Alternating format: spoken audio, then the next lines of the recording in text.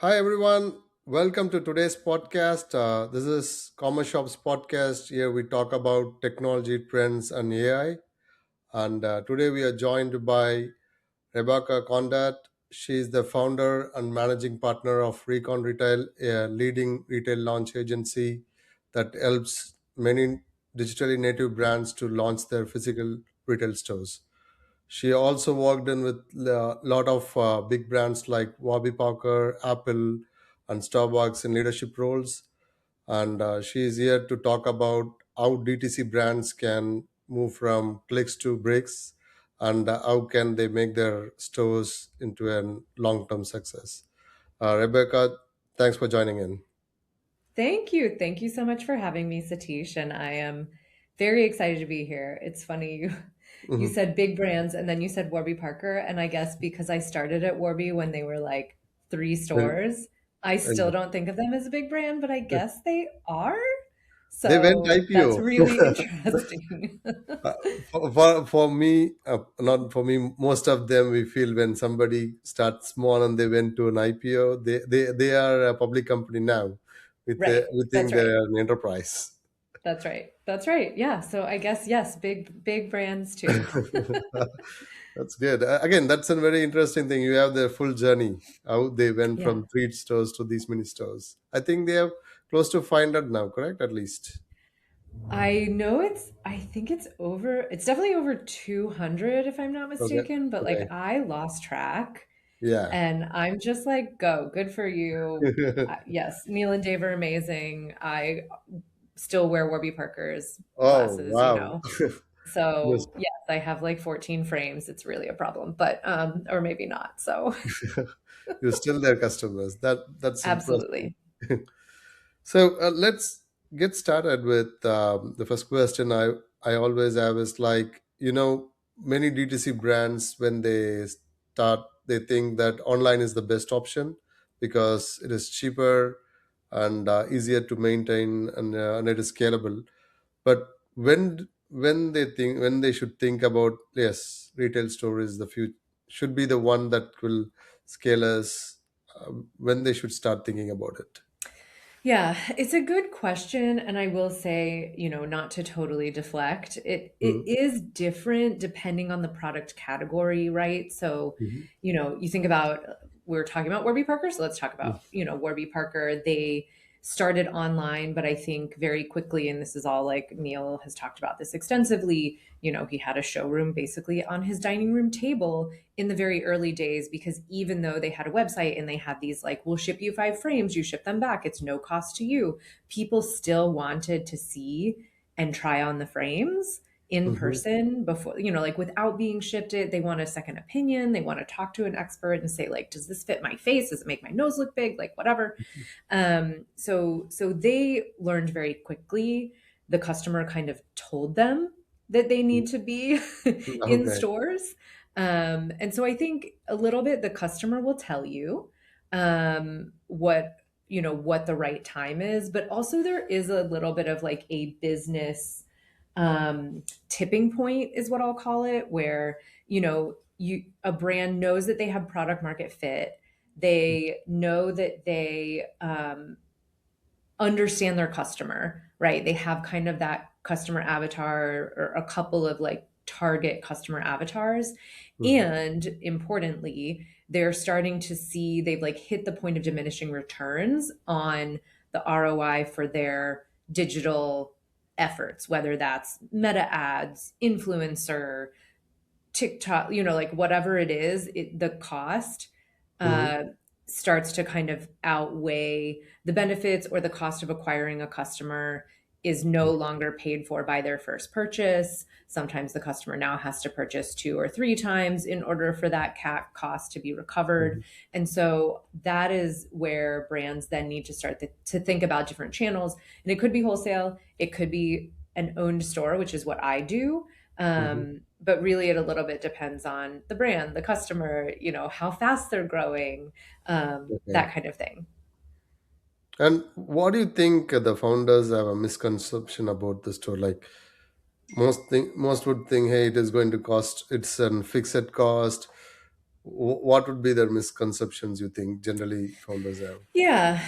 I mean, I think there's there's misconceptions on all sides, I suppose. Mhm, I would say the biggest one, and I'm very, very vocal about this basically everywhere I go, I talk about mhm, it, is, it's not this you find a space and you mhm, lease it and then you figure out what the store is for. Essentially, I have the saying, know what the store is for.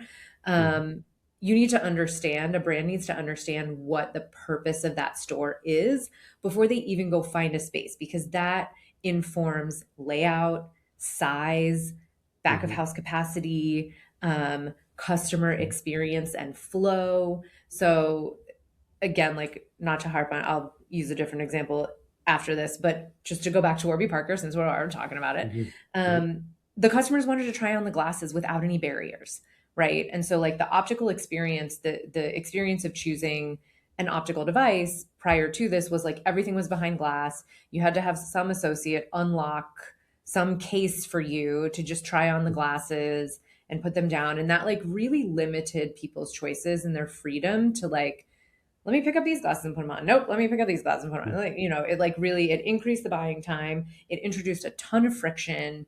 And so they knew that they had to have this easy experience where anyone could walk in and try on glasses without even talking to someone. Now that's not the experience they want the customer to have, of course. They want an associate or advisor, as Warby calls them, to talk to them. But they could just walk in and just start putting on glasses. So they knew what their store needed to be, and therefore they could optimize when they started looking at real estate for like, oh, we have this many frames, we need this many bays, we need to make sure the store is this big, we need integrated lighting in the bays to light the frames, etc. So that is, you know knowing what the store is for, meaning like, what is its purpose, what data are you trying to gather from the store, what is the customer asking for, um, mhm, especially in like the CX chats or whatnot, if you're an online only brand. Those are things that are critical before mhm, signing the lease. Don't sign mhm. the lease before you know what the store is for. So yes, Okay. So do your homework before signing the lease. All the do customer. do your homework, but it's not really, I guess it is homework, but I think of it as more of like, you need to reflect internally, right? Mhm. Like, you wouldn't go and buy a house without knowing how many bedrooms you need, Yeah. right? Like, Yeah. you need to know. I mean, sure, you may get more bedrooms than you need, but you're like, oh, I have 4 people in my family. I can't buy a 1 bedroom house. That's never going to work. Mhm. So, it's kind of like that. It's more like, do the internal reflection Okay. as a brand, have a workshop, have a whiteboard session with your team, figure out what that store is for, and then go and seek the real estate and sign the lease. I understand. And I know the physical stores have changed a lot in last 5 years. So, what evidently you see that is it more like how it is long time, like at least 10 or 20 years back, is has changed in your Yeah, opinion? I mean, geez, I have been in retail for 20 years. Thanks for outing me there. But so look, I think some things have certainly changed and some haven't. I see COVID as an inflection point, because what Mhm, happened in COVID is a much larger percentage of the population became much more comfortable purchasing items online, mhm, especially items that are more like what I would call utility items. Like, mhm, oh, I can even get like my pharmacy stuff delivered. I don't have to physically go to a pharmacy. That's an obnoxious errand anyway, you mhm, know. But what I believed through that experience, there's all this talk of retail is dead. Now people are only going to buy things online now that they've discovered they're comfortable only buying things online. Well, turns out that's not true, and never mhm, was and never was going to be.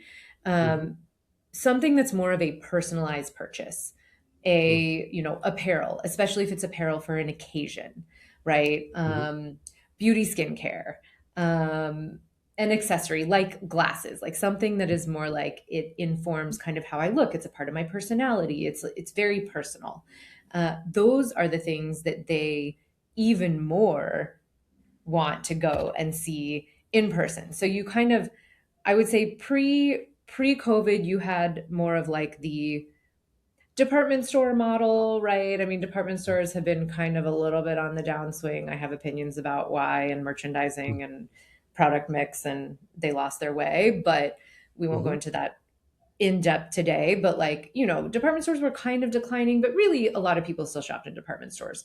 Whereas Yeah. like you have COVID, people are like, wait, I can buy the things that I don't want to spend a lot of time on online. I'll just order them online, no problem. Mm-hmm. But the things that are really important to me, the dress for the event, the glasses, the shoes, the things that I really want to try on Mm-hmm. or experience before buying, those things are the things that I need to physically go and seek out that experience, is one. The second thing is, and this was, again, already happening before COVID, but I think it really took hold in the especially younger consumer. I'm talking about like younger millennials, Gen Z, and now in particular Gen Alpha, who is still buying with their parents' money, but they're driving a lot of purchase power Mm-hmm. within households, even though they're 13, 14 years old, is the community aspect, right? And so you had another brand I worked for was Outdoor Voices, Mm-hmm. RIP, sadly. But what they did really, really well, even right before COVID, was build this community. And, consumers want to be a part of something that like resonates with their intrinsic values. And Outdoor Voices tapped into that really well. Roan has tapped into that really well. I would say Aloe Yoga has done a really good job of that. Like there are several brands here. A lot of it is around wellness and kind of self care. Mm-hmm.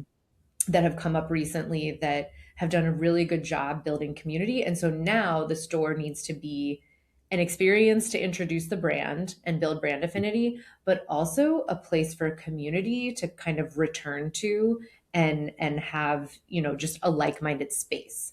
So Mm-hmm. that's a little bit the evolution Yeah. of, pre-COVID, COVID inflection point, post-COVID, and like now, which is Mm-hmm. why we're seeing a bit of a retail resurgence. Not to say that there was a retail downturn, but there were a lot of closures Mm-hmm. that hit like, kind of 2 years ago, 18 months ago. And so now we're starting to see these, especially like Gen Z, Gen Alpha brands, Mm-hmm. very interested in the physical retail store. Yeah, I see that. And if what kind of metrics do you think they should review? Is there any specific? I know you said you start with whiteboard to internal audit, all these Yeah. things. Is there any specific metrics they should look around before even, or if they're looking to go out for a new store? What is the metrics Yeah. I usually? mean, I think, look, before you open, there's of course metrics that there's like your standard metrics that you want to track once your Mm-hmm. store opens, like conversion AOV, Mm-hmm. UPT, things like that. I think before you open, it's more about knowing where your customer is. Mm-hmm. And then, like, this is going to sound weird, but I'll explain it. And then where your customer should be. So I always say your first 10 stores should be where your customer already is. And these are e-commerce brands, remember. So they have all Yeah. that data. They know their top 10 zip codes. They know their top 10 neighborhoods. They know the ages, the psychographic, the demographic makeup of their areas. So don't go and put a store, even if it's a cool location. This goes back to like, don't sign that lease until you know what your store is for, like, and who it's for. Even if it's some cool location, great opportunity, low rent, whatever that broker is telling you. And I love brokers, but they have a job to do. Let's face it. Um, Mm-hmm. you know, Go where your customer already is, because that's going to be one, where your store will succeed, but two, where you'll be able to learn the most. So, your customer will tell you, especially the ones that are passionate, Mm-hmm. hey, this product didn't work, or this experience didn't work for me, and here's why, XYZ, or I really wish you had this product, and you'll get requests and things like that. And so it's almost becomes like a mini like incubation lab, right? So Mm-hmm. so first 10, go where your customer is. First one, very first store should always be in your backyard. By the way, I would be remiss if I didn't say that. Please, if you're based in New York, do not go open your store in LA. I don't care if that's where your main customer is. You're not going to Mm-hmm. go to that store every week. Put it in your backyard. You will learn the most. And then your next 10 stores should be where your customer should be, meaning like you know that you have a demographic, psychographic makeup in that geo, but you Mm-hmm. don't have a lot of reach there. Your brand hasn't taken hold, but because you've already opened 10 stores and you have confirmatory data of who your customer is and you know they live over here, they just haven't discovered you yet, that's then where you go next. So it's kind of like, you have to read the tea leaves a little bit. Mm-hmm. And I would say looking at those metrics, you can get a little bit more granular, look at the product mix so that you know what to put in your store, et cetera, et cetera. That gets a little bit more in the weeds. And that's also like when you're really kind of more in the LOI leasing process. But when you're first strategizing, that is the strategy. Interesting. But when do you think, like, is the store opening, should they think should be my learning experience? I should not get any ROI. Is that something that should be the mindset they should think about? Mm. Or 1 year, I should not expect anything. All I have to do is invest, invest. Is that what should I do? What should I think? It's a good question. It's something that I've heard a lot that's like, Mhm. oh, our stores we think of them as marketing. And I'm like, that's Yeah. fine. Go ahead. Think of them as marketing, but stores should be four wall profitable. Like, I Yeah. don't like, period, end of story. Do Hmm. not open a store if you think it will not. Of course, nobody knows what the future holds. Hmm. I've certainly opened stores with even some of the brands we've talked about that we were like, ooh, we kind of made a mistake and we had to do some little, a lot of gymnastics and work to help the store be profitable. And it took maybe 18 months. But fine, like a store should be four wall profitable. That is the goal. It's not a marketing expense, it's not a write off. Like, no, Hmm. please stop that nonsense. Don't open the store if you're going to do that. Um, and if you kind of follow that formula of going where your customers are, go where your early adopters are, you increase, look, there's no guarantees in life, right? But you increase the likelihood of success of that store because you know you have a customer base already there. Hmm. So no, to answer your question, they should think of it as this store is a revenue driving channel. Now, there's things that are a little bit different from e-commerce because maybe you've spent several thousand $100,000 on a build out and that has to amortize and depreciate and your store maybe won't be EBITDA profitable for I don't know 12 months, right? Hmm. Like, but that's always you should always see that moving in a positive direction, and that is the goal, is that like EBITDA profitability and of course overall profitability once the store kind of builds up. There is a ramp up period. It's not like the store opens and then suddenly you're, I don't know, seeing like 30% EBITDA on it. I mean, that is rare. I'm not going to say that hasn't happened, but Hmm. that's rare. It's more like the customer, especially if you have no stores, the customer has to discover that you have stores. And then you have to kind of like build they call it the halo effect, it kind of ripples out and it snowballs and then it kind of gathers momentum. And then you have Hmm. in-store events and marketing to support the store, which is another kind of mistake that I see a lot of brands make is, look, the initial capital outlay of a store is expensive. And Yeah. so, they get a little bit fatigued spending money on it and then they Yeah. don't want to spend marketing dollars on it. But the truth is, nobody's coming to your secret store. You have to tell people it's there. Hmm. So, there that is a very real thing that happens. But I forget who I was talking to. Someone described it like a cruise ship versus a speedboat. And I thought this was actually a really interesting analogy. Cruise ships, as you know, are like humongous and they Hmm. move very slowly. Like when they Yeah. start moving out of port, they're going like, I don't know, I'm not a boat person, but whatever. Very few nautical miles are being Hmm. Hmm. spent there. Like it's very like the speed limit is very, very low. The No. speed is very low. A speedboat can like ramp up really quickly, but then it kind of like will run out of gas much, much faster because it's a Yeah. smaller boat and it's just Smaller boat. moving faster. It's burning through the gas. Hmm. Whereas a cruise ship can go much farther. And once a cruise ship is going, because it's so large and has so much mass, Hmm. it can't stop on a dime. Where a speedboat, you can kind of like turn the engine off, Hmm. turn the wheel a little bit and you can just stop right there. The Hmm. cruise ship, you can like turn the engine off and it's like still going for a Yeah. while. Yeah. So someone described retail like that, like the store is the cruise ship. It takes a while to get going, but once it's going, it's like going, and it's really difficult to stop. Whereas like your e-commerce is more like the speedboat, like you might go fast and then slow down and then change something and A/B test and then go fast again and then slow down. Mhm. It's more agile than a physical store is, and that's just the nature of physical retail. And in your experience, is there any store that has got profitable on the first month itself? Anything like that, The or first what is the one? minimum? Oh, absolutely not. Sorry, that is not a real thing. Um, I I will want to not give out some them, but viewers an hope. Let's do it. I did. I will. I'm not going to out anyone. I did have a founder tell me like we want to be profitable in 30 days, and I was like, you will not be. I don't hire me if that's what you think Yeah. is going to happen because that's not real. Um, Look, I again like I think there's a big difference between like Nike opening in a market. Nike is a very known brand, global, especially if it's not an oversaturated market. Like, will they get a line out the door, for the first week or whatever? Could they potentially like be profitable in that first 30 days? Maybe. I don't know. They also spend a lot Mhm. of money on their build outs. So it depends on how you're defining profitability.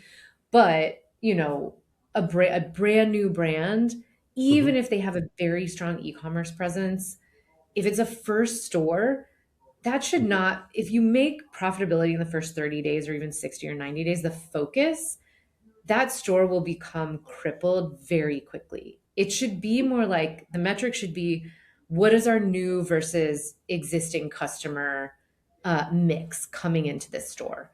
What Mhm. is our, AOV and UPT? Like, are customers buying more in the store because they're having that human interaction, which is generally what happens, I'll say. Like, that's typical for physical retail versus e commerce. They'll actually buy more when they come into the store because one, impulse, right? Like, oh, I like that too, I'll take Mhm. that. But moreover, because they're having a conversation with a human, and then the human is saying, oh, but you should also consider this and you should consider this. It's like when you go into a fitting room, they keep bringing you more clothes that you didn't ask for. That is a tactic. Like, that is, we were taught that. Like, I was taught Mhm. that when I worked in the mall.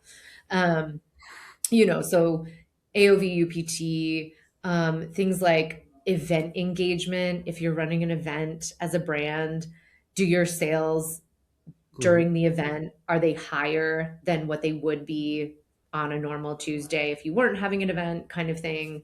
Um, you know, Metrics outside of kind of your just standard traffic conversion, gross revenue metrics Mhm. are good ones to watch. Mhm. And like in many ways, like there are some stores who start first or two stores and they close down, and some start Yeah. like that, like Warby Parker, they move on to 200, 500. So what separates them, in your opinion?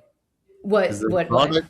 What separates that? Like, why What's some up? fail? Why someone be successful like that? Yeah. Yeah, that's a good question. I mean, yeah, we do. I do. It's my fault. I kept using Warby as an example. Remember that Warby came up at a very different time, right? Hmm. So when Warby first launched stores, Hmm. um, they first did it by taking what they called the class trip, which was a school bus that Hmm. had been gutted and Hmm. retrofitted as a glasses shop. Like, it had bays and a cash register, and they had to hire a commercial driver to drive it around, and they drove it around the country, and they Hmm. stopped at different places for several weeks, or depending on kind of what the permitting process was like, maybe even several months.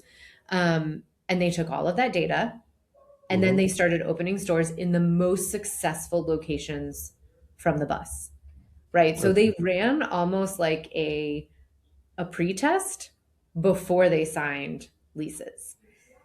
That worked at that time because direct to consumer brands, e-commerce brands, opening stores was still pretty new, right? Like, Hmm. Bonobos had just opened stores. Everlane had opened stores after saying they would never open stores, by the way. Um, a few others had opened stores, but really, like, that was it. There was no, now it's like an expectation. So I think it's important to recognize like the time that, is a little bit of a time capsule around Warby Parker and what worked. Could you run their playbook? Maybe. I Hmm. don't know that it would work in the same exact way, right? Yeah.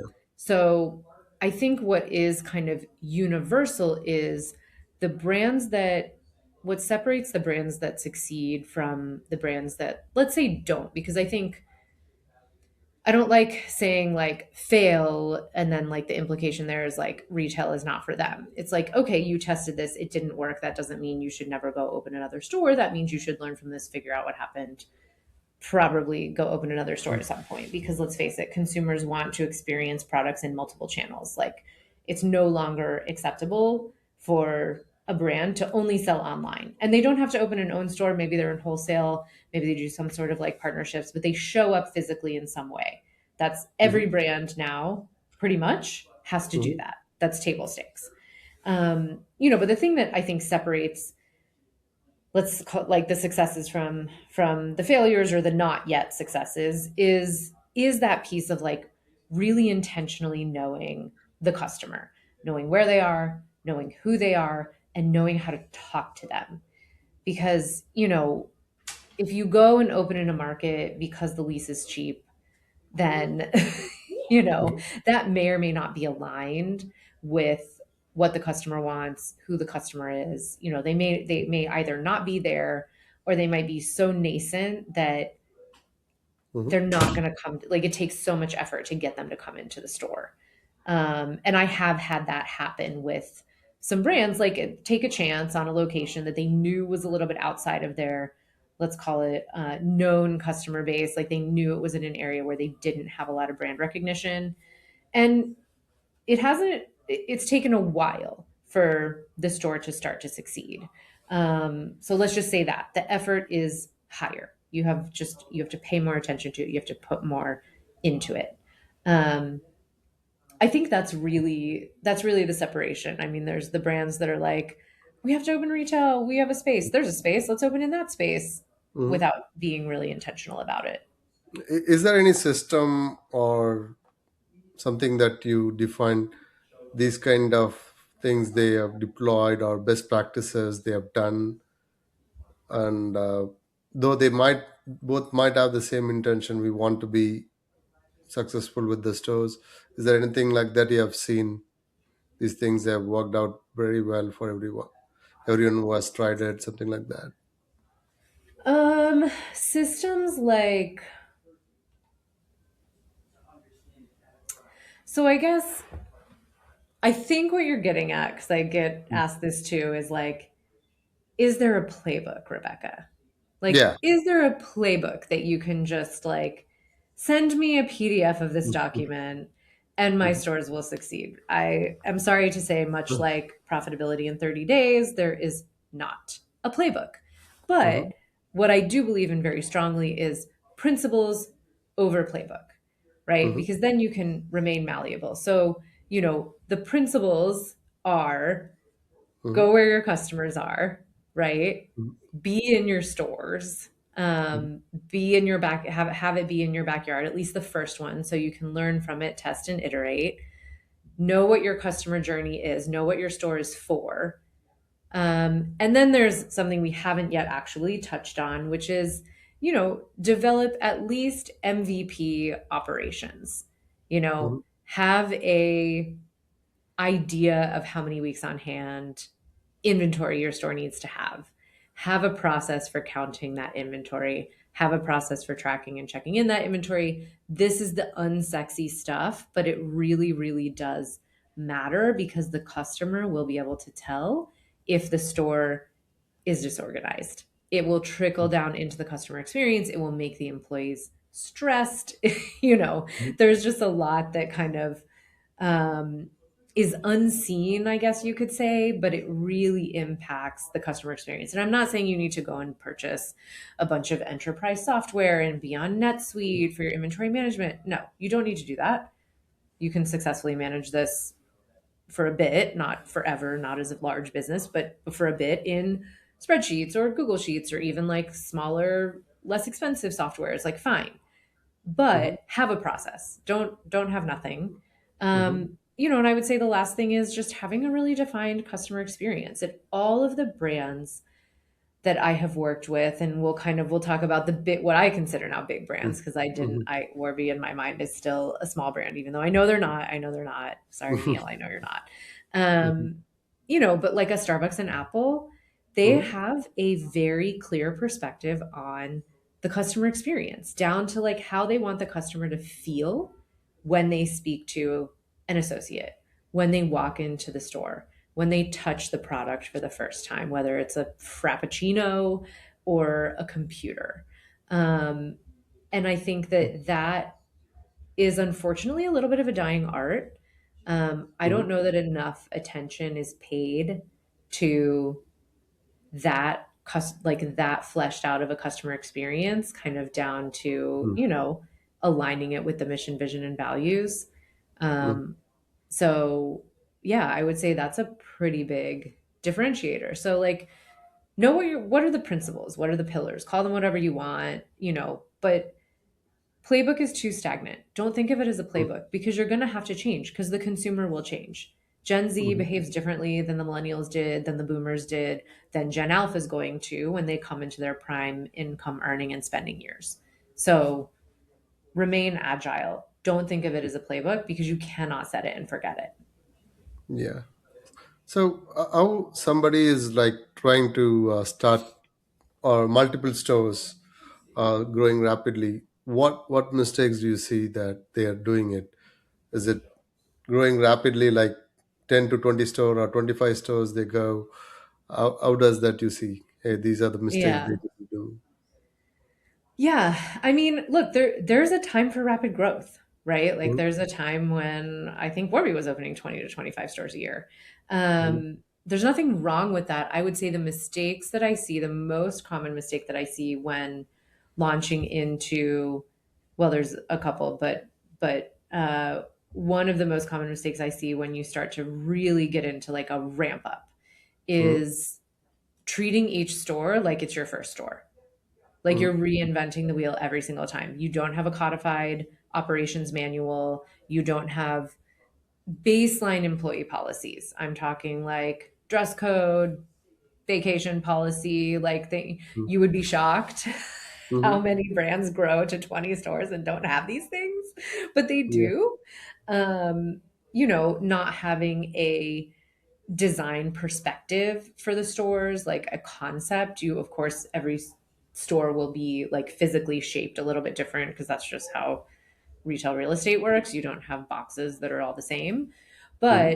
But, what is your kind of language? What is your concept language? What materials do you use? What flooring do you always use? What lighting do you always use? What color paints do you use? Like those kinds of things. And then the rest can be kind of retrofit into the environment.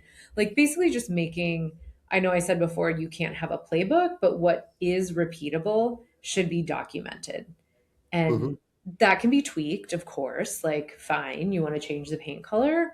Great, you've decided this is now your brand color. No problem. But those things make it a lot easier and cheaper. You Mm-hmm. know, it is expensive to open one store, your first store, every single store that you open is your first store. Like, that is very Mm-hmm. expensive. The first store is expensive, the rest of them should be a lot cheaper. Much. Or a Yeah. lot less expensive. I don't know if cheap is a good word, but a lot less expensive. So I think that's one. The second thing is, and this I see happen a lot when you have, unfortunately, VC or private equity get involved and they have like a Mm-hmm. mandate, right? Where it's like, oh, we've given you this money. You need to go and use it to open stores. This isn't happening right now because you can't get VC This money was for retail right now. It's not a real yeah. thing. This was happening several years ago, though. And I Mm-hmm. saw it happen, especially like pre COVID, like right before COVID, where like some of these brands got funded by these bigger firms and they had this mandate. And because they were under so much pressure, they kind of just signed whatever lease was available.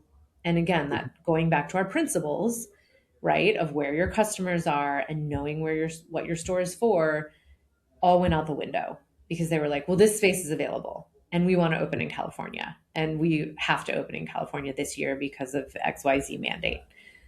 That's where things start to go badly. And that's kind of where you then, unfortunately, a lot of times you'll see those stores close within a Yeah. few years or at least at the end of their lease term. So those are, I would say, like the two mistakes: treating each store like it's your first store, Mm-hmm. stop Yeah. that, Mm-hmm. and really just whatever the mandate is, whether it's from a board or from a you know private equity or VC firm, like really just feeling rushed and forgetting your principles. That's true. So the other important thing you also said is opening the store and you have to market. Like, is there any specific percentage? Hey, you need to allocate this much budget to do that kind of marketing, local Oh, marketing at least. I mean, I don't have a specific percentage, but Mm-hmm. I would say I don't know that there is a way to set like a hard, fast rule on this because going back to our very, I think it was your very first question, every Mm-hmm. brand is different, right? Mm-hmm. So, we have clients that get most of their traffic and discovery from TikTok. Ah, Cool. You need to be on TikTok. Like it's kind of the same principle as picking your location. You need to go where your customer is, right? mm-hmm. Their customers on TikTok, they need to go be on TikTok. We have, another client whose customer base is maybe a little bit older. Again, like, Mm-hmm. will out myself. Like, I'm on Instagram. If I'm your target and you're not on Instagram, I'm not seeing your brand, right? Yeah. So, like, they need to be on Instagram. I don't go to TikTok. I don't, like Yeah. maybe later they can be on TikTok because they want to have a different customer demographic or grow outside of their target demographic. Fine. Mm-hmm. But, these, I'm not talking about the larger brands because Nike is everywhere. Nike's on TikTok, Instagram, SEO, influencer marketing, blah, blah, blah. Fine. I'm talking about if you have limited bandwidth, limited resources, and you have to pick a channel or two, make sure you know where your customer is, right? And then, of Mm-hmm. course, the marketing budget, as you know, informs that. Okay. Sounds good. So let's talk about customer experience. That's one thing that you said you worked with Starbucks and Apple. You have so much importance to that. Do you think small brands or someone who's starting now or with two stores, do you think that kind of experience they can bring it to the small stores, or is that they should focus initially? What's your take? Yeah, absolutely. And look, it's not hard. Like you don't need, Apple employs an entire team of instructional designers. You don't need to Mm-hmm. do that. Like you don't. You could, sure, go ahead, but like Mm-hmm.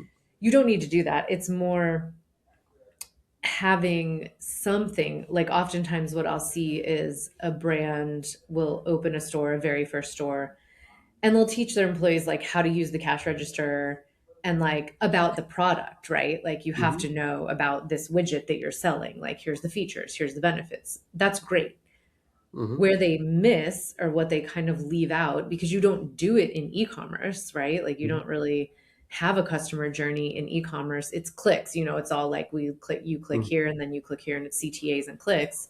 Um, is like what is the discovery process, the human discovery process, right? Mm-hmm. Like I welcome you in and then I get to know you. Like I ask you a question about, yourself and kind of figure out what your likes are. And then I recommend products based on that. I find out if you're shopping for yourself or someone else. I find out if you're, in a rush or if you have time to spend with me so that I can give you a fuller experience. Like those kinds of things are things that can be defined in honestly, like it could be a really simple customer experience document that is just written down somewhere that, then all of the new employees are taken through. But then, you have a real brand personality, right? Mm-hmm. Like that's what the customer is looking for is like if Warby Parker, to use our example that we're always using,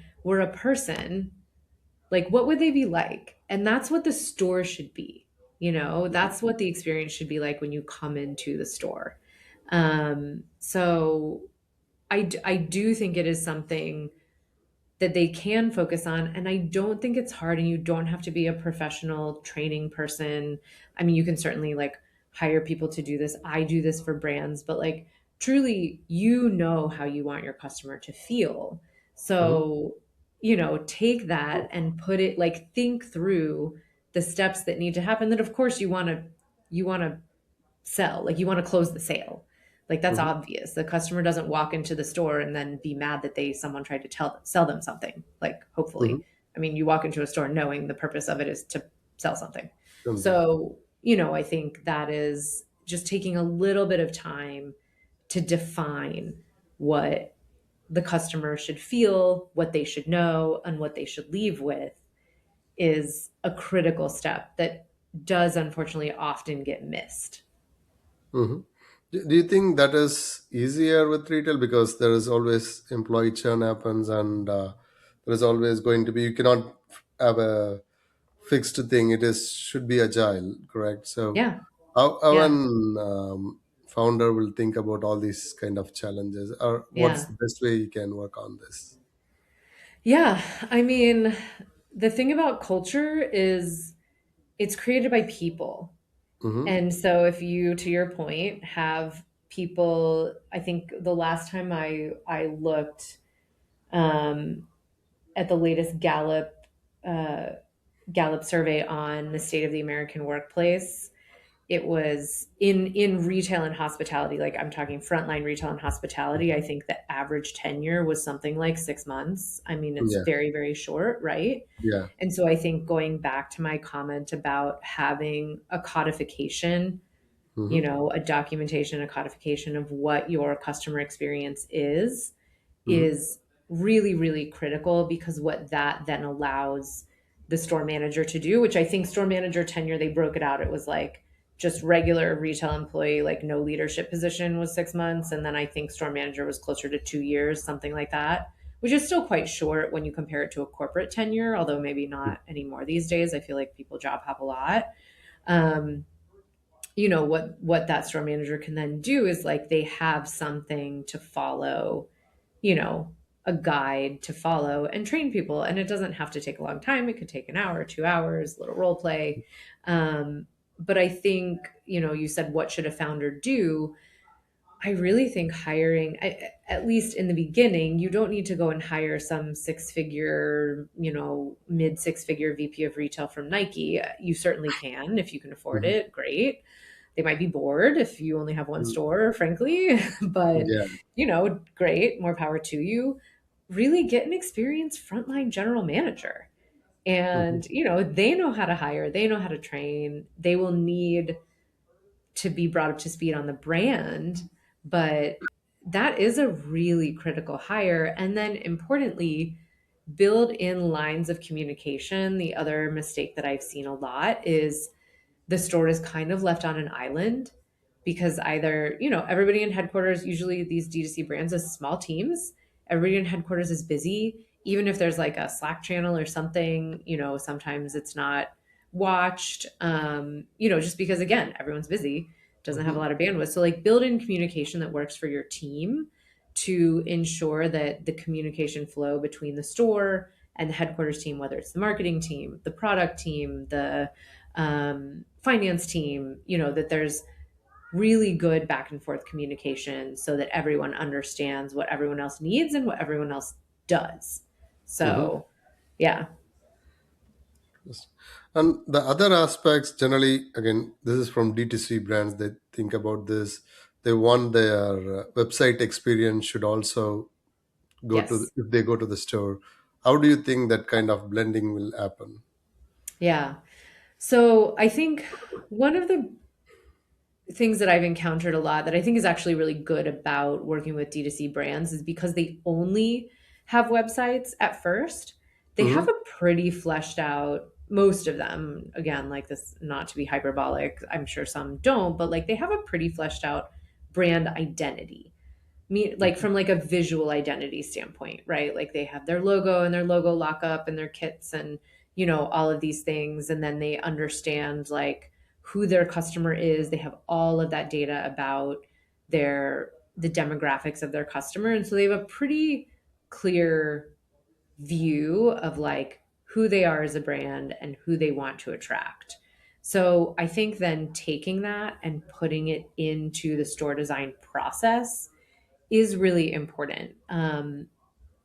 Sometimes there is an idea that, like, well, I don't want to put ideas into this designer's head. I want them to design a unique space for me, from Mm-hmm. air or clouds. Like, Mm-hmm.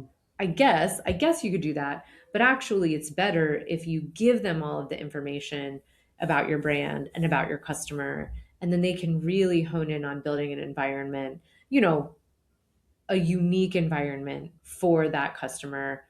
Again, going back to the principles, knowing what that store is for, right?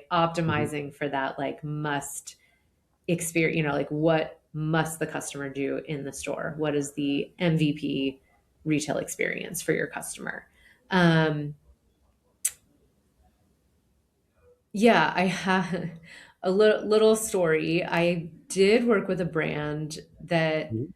their website presented very, for lack of a better term, like feminine, light Mhm. colors, kind of pastels. A lot of the images was of women, etc. And then they really wanted to design this store environment that felt, again, like not to be gender normative, but like masculine, like more, it was like iron and like wrought iron fixtures and harder lines. And, and I was kind of like, help me understand, like, if I was shopping on your website and then I Mhm. came into your store, I actually wouldn't know that it was your brand because it looked Yeah, so so different. different. Right. And they were like, oh, wait, you're Mhm. right. And then we Mhm. kind of started digging into their data. And it turns out, I mean, they had a pretty even mix. I think it was like 51% of their customers or 52% were female. So they had a slight inclination toward female customers, but really it was like a pretty good 50-50 mix, which Mhm. then launched us into a much larger conversation about like should the branding be a little bit more like quote unquote neutral, whatever that means. I think so I do think actually staying open through the store design process to like understanding something new about your customer is also um, something that's really important, you know? Mhm. Do you think the beacons that says, "Hey, this customer's mobile," something like that, when they track, he has made an or add an item in the cart and he's now in the store, is Mhm. that kind of things? Do you think people should implement it, or is it Yeah. something too much for privacy issue? Do you think? I mean, I don't look, I am very online and I have a Okay. Gen Z and a Gen Alpha child who are even more online than me. So like Okay. I'm probably not the person to ask about privacy issues. I'm kind of like, well, they probably have all my data anyway, so sure, go ahead. No, I think, look, that I think to address that specific part of your question, that goes back a little bit to knowing your customer. Depending on your Mhm. customer base demographic, they may or may not have a problem or have an opinion about privacy. So before you Mhm. implement anything, seek to understand if the customer will be like freaked out by it, for lack of a better term, right? Yeah. But what I will say about like technology in general and AI in general in the physical retail experience is what I am most excited about is having it replace or expedite the like low value interactions. And like what I Mhm. mean by that is, when you get to a purchase process, everyone has to give their name. Everyone, depending on if you're shipping, or Mhm. you're carrying out from the store, everyone has to give their address. You have to give your email. Like, what if there was a way to like make that so much faster? So I didn't have to have a human type it in. Like Shopify has that like shop pay thing that Okay. like if I'm on an integrated site, it'll just be like, hey, do you want to complete this transaction in 4 seconds with Shop Mhm. Pay? And I'm like, yes, please. So I Mhm. think anything like that in store that can kind of expedite these low value interactions, meaning like you don't need a human to do it. A human is doing it because that's kind of the way to get it right now. Um, is great. What I don't think will happen, or at least will happen anytime soon, is like I'm going to have a robot bringing my clothes to me in the fitting room. Like I don't think people want that. I also don't think that the technology is there yet. Yeah. Right. But like I want my sales associate to be like, I want to be like, does this blouse look okay? And have Mhm. her respond to me as a human, right? That's why we go into the store. That's why Okay. 70% of apparel purchases are still made in the physical store. Right. So I think, there is a place for this technology. There's a place for AI, especially some of these like predictive models on inventory management and like, oh, you sold more tank tops during this month last year. I'm going to now allocate extra tank tops to you so that you don't run out again like you did last year. Like All of Hmm. that stuff, awesome. Like, great. Let's use AI for that all day. AI replacing a person like a sales associate in a store, I don't Yeah. I don't see it. I don't see it. I don't think we need it. I don't think it's something the consumer wants, at least not at this stage. I understand. And I think the technology has changed. You said AI has implemented. How is it easy now? What do you think the future of the retail with this new changes, in your opinion? Yeah. Um, it's really interesting. I mentioned that I have a Gen Z and a Gen Alpha child, two children. And it's been interesting to kind of watch them, the Gen Alpha in particular. She's wearing like wide leg jeans from PacSun and like a flannel shirt like I did in middle school. And she is now in middle school. And I was like, wow, it just all comes back around. I think retail is going to be a little bit like that. I don't think that we're going to go like back to the like heyday of the department store. I think that has kind of forever changed and evolved, but I do think the level of kind of personalized service that you received. Like if you ever watch a show like Marvelous Miss Maisel and like she goes into the department store and they know her name and they like know her Mhm. lip color and they're like helping her with her makeup and things like that. Mhm. I think that this generation in particular, Gen Alpha, is very, very interested and keen on that type of personalized and like emotionally connected experience. Mhm. I was recently at a conference in early May, and I can't even tell you how many times I heard the phrase emotional connection with regards to customers from the founders. Like these are, like on the panels with like the founders of the brands that are either in retail or some of them are e-commerce only still. And so I do think that the next, call it decade of retail is a little bit going to be going back to that emotional connection of service in a slightly different way. I think technology will be involved. I think there will be more, communication through whether it's like WhatsApp or text or things like that with the stores. The ones that adopt those technologies, I think, will do well, because that's all my daughter's on WhatsApp and TikTok all day. Mhm. Hopefully not all day, but try to be reasonable about this. But let's face it, like she would be if she could. So I think that that level of like connection is going to become once again very important. Interesting.